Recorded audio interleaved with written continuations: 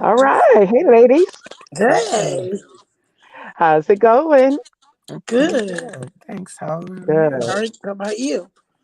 Doing good. Doing good. Good. I have an echo on me. I hear echo, but do you guys hear echo from me? Yes, You do hear echo? yes. Okay, let me see something. All right. Well, while I work on this echo,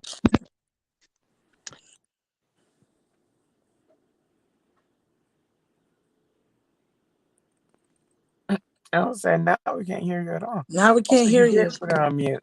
You muted. Okay.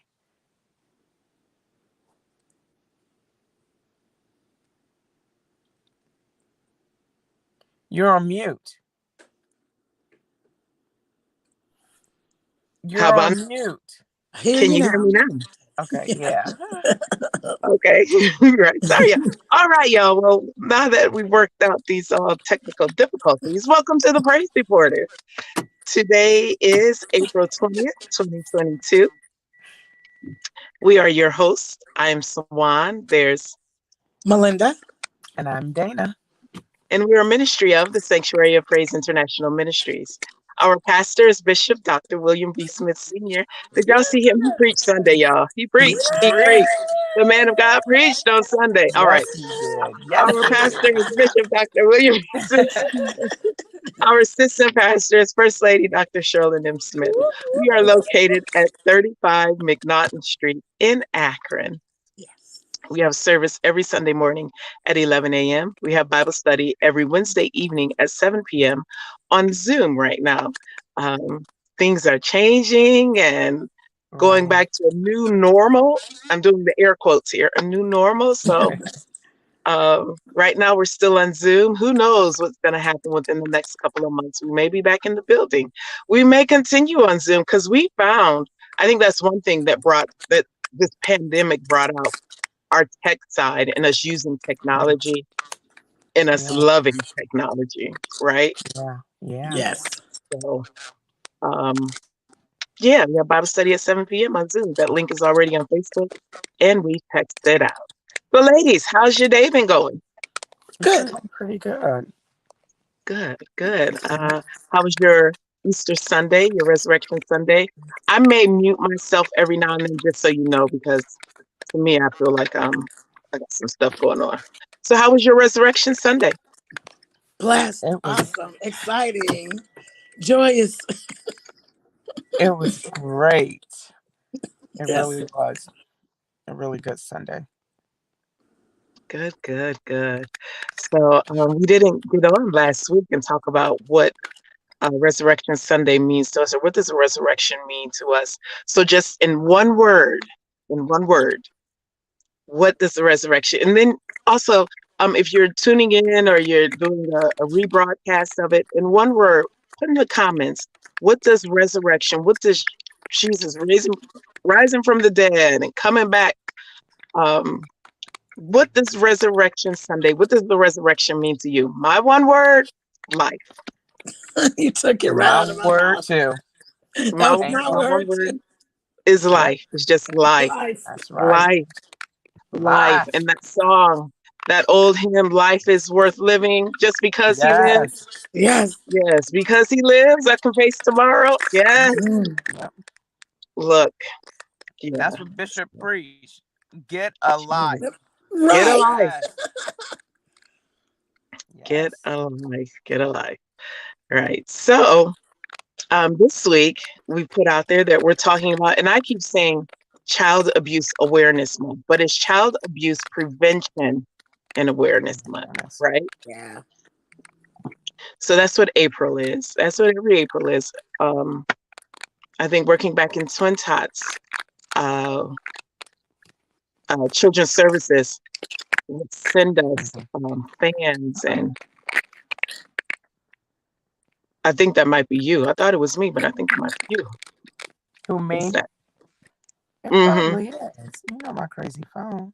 Y'all, I need y'all to stretch your hands right now and pray for my phone. Blessed Jesus. That's Jesus, right? Right. So Fix it, Twin Tots, Jesus. Summit County Children's Services, they would send us all kinds of information, stickers, fans, and we still have fans. And I don't know if they're still sending out fans. We may have to go, because now we're really close to Summit County Children's Services. We can go right down the street and see if they Right. would send out a packet every year of items to promote Child Abuse Prevention and Awareness Month for April. So we're going to make sure we do that and get some more items. But that is what we are talking about today, Child Abuse Prevention and Awareness Month. So I'll let, if you guys, we all did some kind of research and want to talk a little bit about it, or talk a little bit about prevention, talk a little bit about awareness, talk a little bit about whatever you want. What were you led to talk about for this? So you guys want to start? You want me to start? Since I did the resurrection, I did. So I'll let. So, well, I'll go. Child abuse awareness, because I worked in a field like you guys have with children for such a long time, we become mandated reporters. Correct. And because of it, there's lots of things that I've seen over the years that are devastating to me. But a lot of people think that child abuse is just strictly just bruises on a child, but it goes deeper than that. Um, One example that stood out to me is, if you have young children that are potty trained, and they're potty trained really well, and they're good, and you send them to childcare or school, and you see an abrupt change, like withdrawal. They're not their happy-go-lucky self anymore, or they may begin having accidents again. Sometimes kids don't know how to tell us, but watch the signs.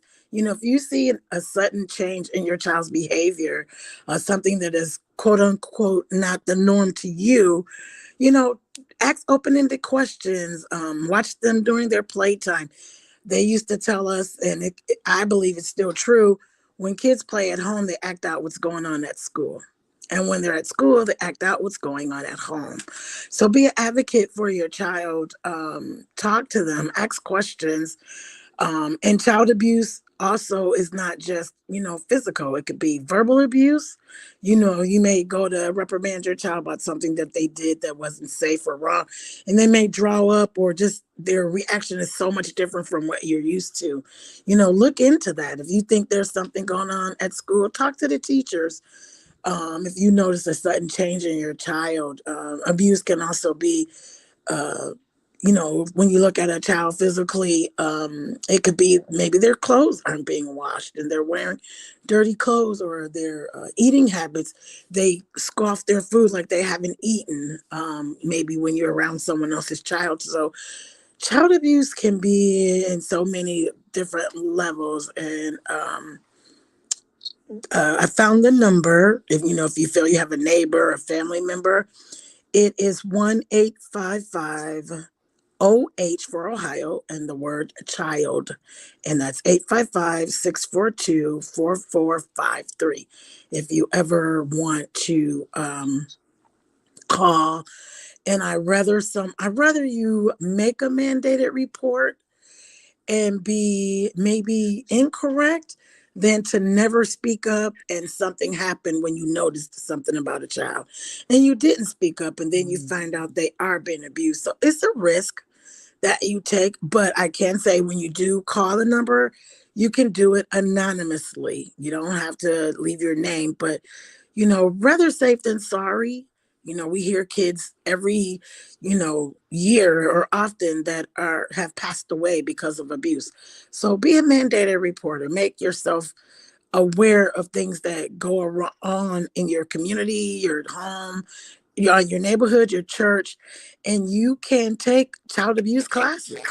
There are child abuse classes that are available to take. Some can be free, some can be a small fee. Check out your local library. So that's what I wanted to share today. Great. That is so great. Great, great. I mean, all childcare childcare workers are mandated reporters. That's one of the things that um, we have to have classes. Hmm. We That's a requirement.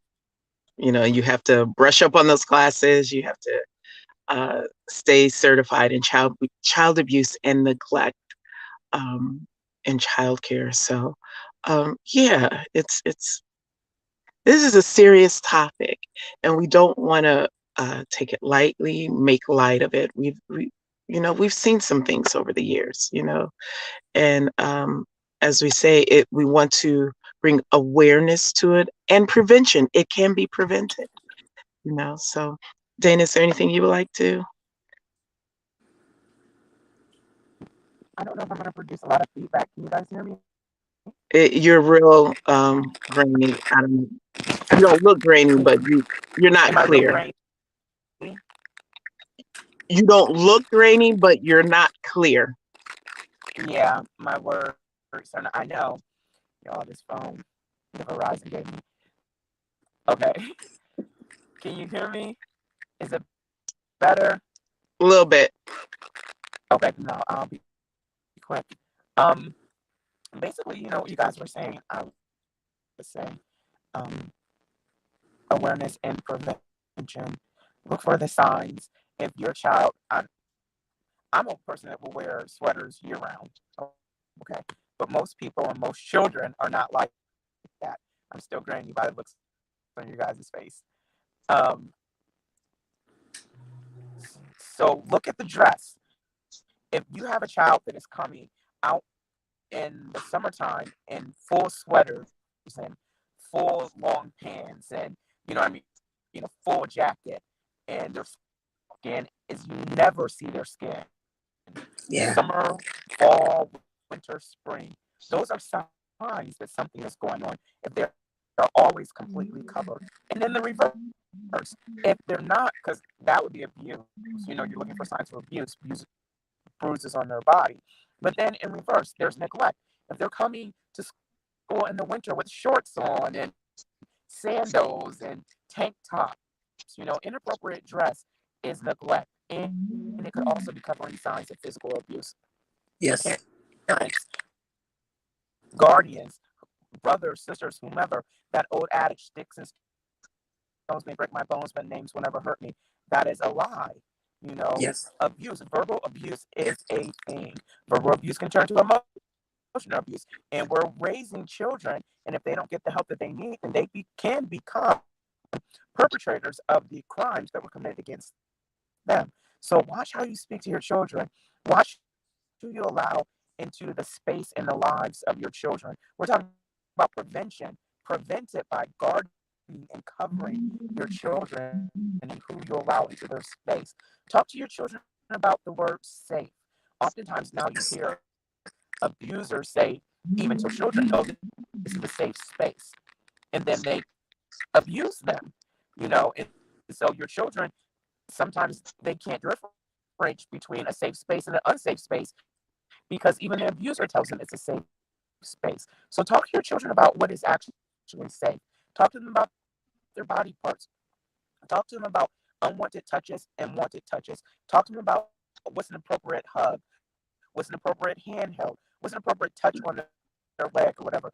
Talk to your children. I know it may be taboo. I'm not saying that, inappropriate ages talking to your children about sex and things like that. That's not, I'm not talking about that. I'm talking about at any age, have a conversation with your child about what should be happening, what touches should be happening to them. And if they don't want to be touched, let your child know it's okay to say, no, I don't want to be hugged. No, I don't want you to touch me. No. You know what I mean? We may force your kids to say, oh, that's your grandma or your grandpa. Go give them a hug. They may not want to hug grandma and grandpa. They may not want to hug aunt and uncle. They may not want to hug whomever. You know, learn your children, and learn Yeah. them.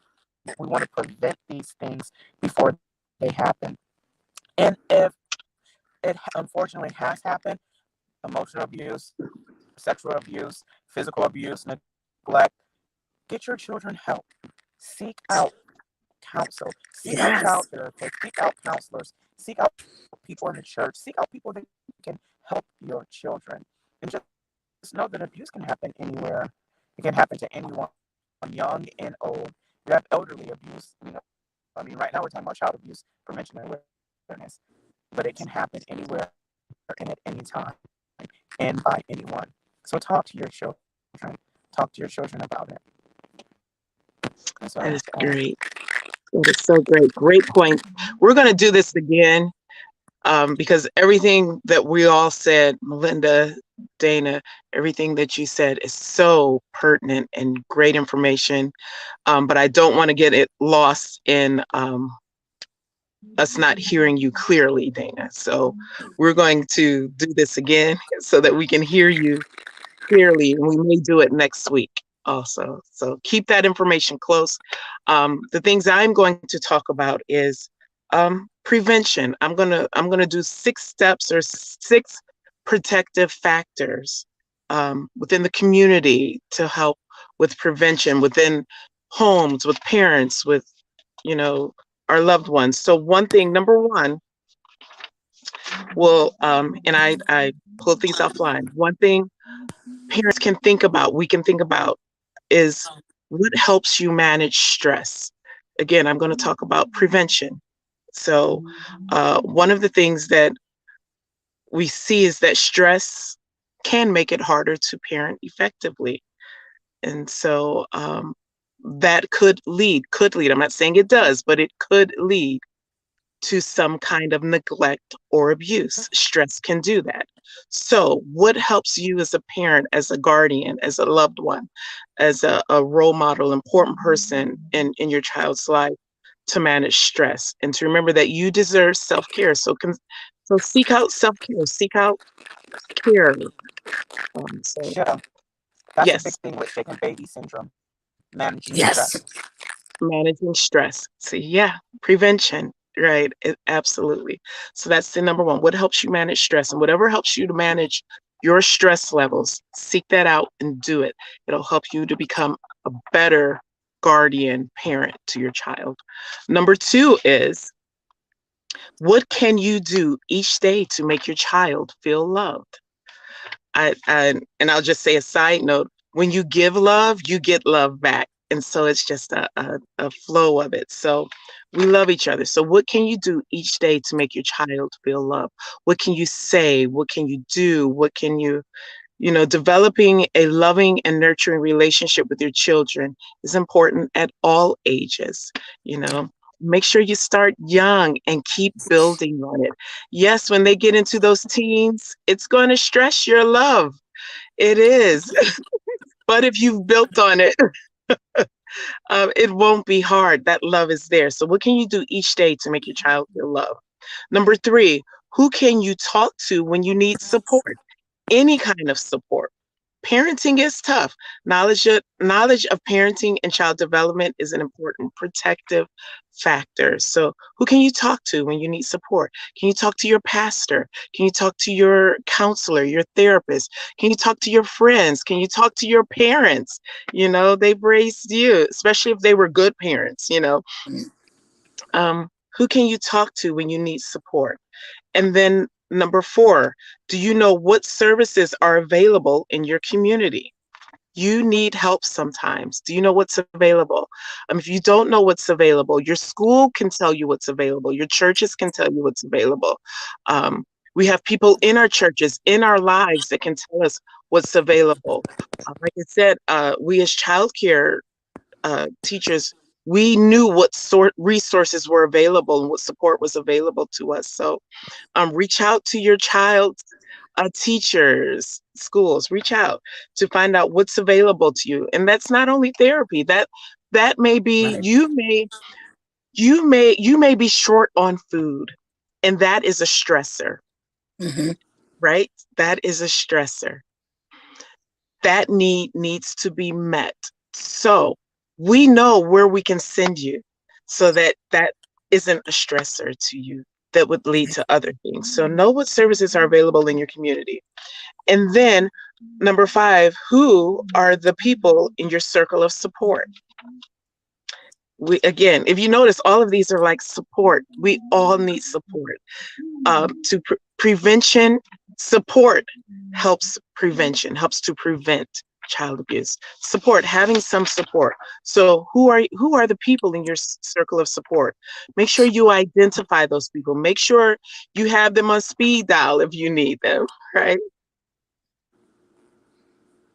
So make sure that's there for you. And then lastly, what social skills can your child learn from you? So parents, you're the first and most important teacher, very first and most important teacher to your child. So make sure they're learning good social skills. Make sure they're not going out being bullies, right? Right.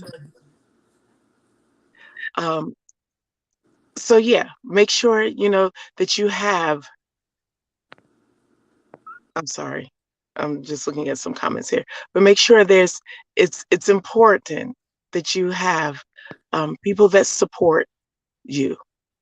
You're not out there by yourself. You're not out there alone. You're not doing this alone.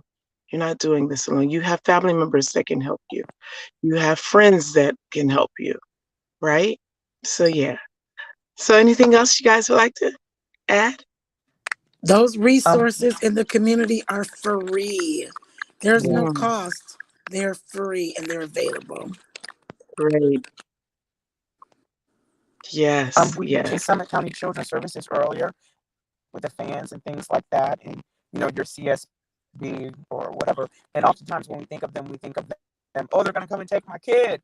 Oh, I've done something wrong, But no, what we don't know is that also with your CSB or specifically with us, because Summit County Children's Services, you can call them and let them know that you're looking for support, that your family is in need of a service. So it's not just as mandated reporters, we call because of a report or an allegation of abuse or something like that.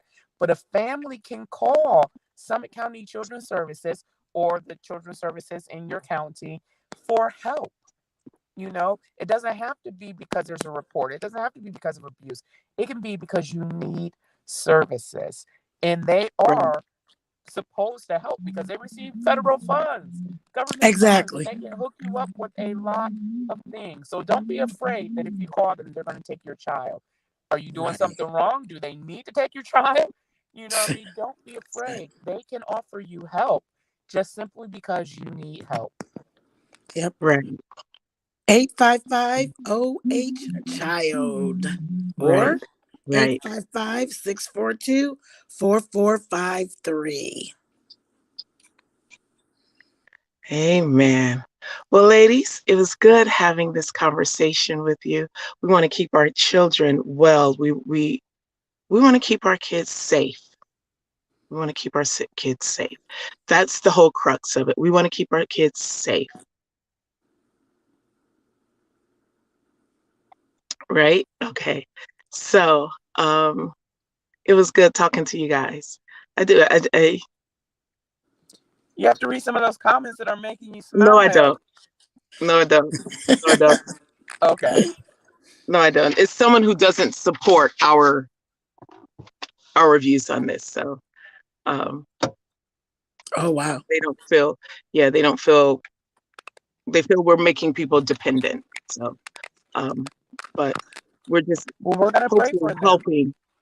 We're hopefully helping children not to be victims of abuse. Exactly. That is our goal.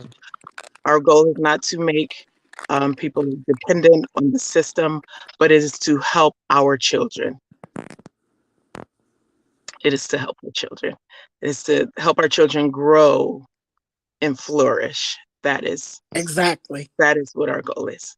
So, ladies, it's good. It was good talking to you. It's good having this conversation with you. And the conversation needs to be had.